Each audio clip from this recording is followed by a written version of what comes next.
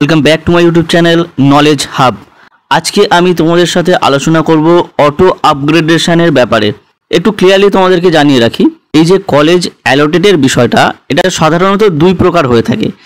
এক, আমরা যা প্রেফারেন্স চুজ করেছিলাম সেই প্রেফারেন্স অনুযায়ী ফার্স্ট কলেজ র্যাঙ্ক করতে পারে। দ্বিতীয়ত, আমাদের মেরিট পয়েন্ট অনুযায়ী আমাদের কলেজ অ্যালোটেড হতে পারে।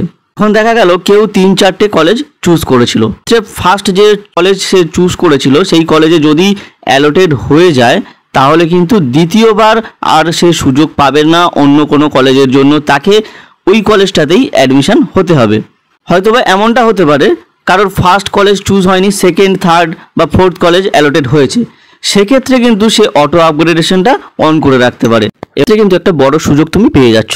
দেখতে পাচ্ছ ইয়েস অপশান রয়েছে অটো আপগ্রেডেশন, অর্থাৎ এই স্টুডেন্টটির প্রথম কলেজ কিন্তু অ্যালটমেন্ট হয়নি, আর সেকেন্ড বা থার্ড কলেজ অ্যালটমেন্ট হয়েছে, সেই কারণে অটো আপগ্রেডেশনের অপশানটি পেয়ে যাচ্ছে। আজকের ভিডিওটা এই পর্যন্তই। আরও একবার তোমাদেরকে ক্লিয়ার করি অটো আপগ্রেডেশনটা কি।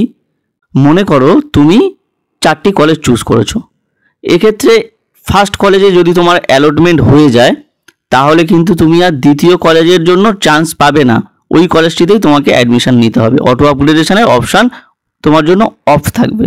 করো তুমি 1, 2, 3, 4 এইভাবে প্রেফারেন্স করে কলেজ সাজিয়েছিলে, এর মধ্যে 3 নম্বর বা 2 নম্বর কলেজ তুমি অ্যালোটেড হয়েছো, তখন কি হবে? তখন তুমি অ্যাডমিশন হলে কিন্তু তুমি চাইলে পরবর্তী সময়ে অ্যাডমিশনটিকে ট্রান্সফার করিয়ে ফার্স্ট কলেজের মধ্যে নিয়ে আসতে পারো বা থার্ড কলেজে নিয়ে আসতে পারো। এটাই হলো অটো আপগ্রেডেশনের সিস্টেম।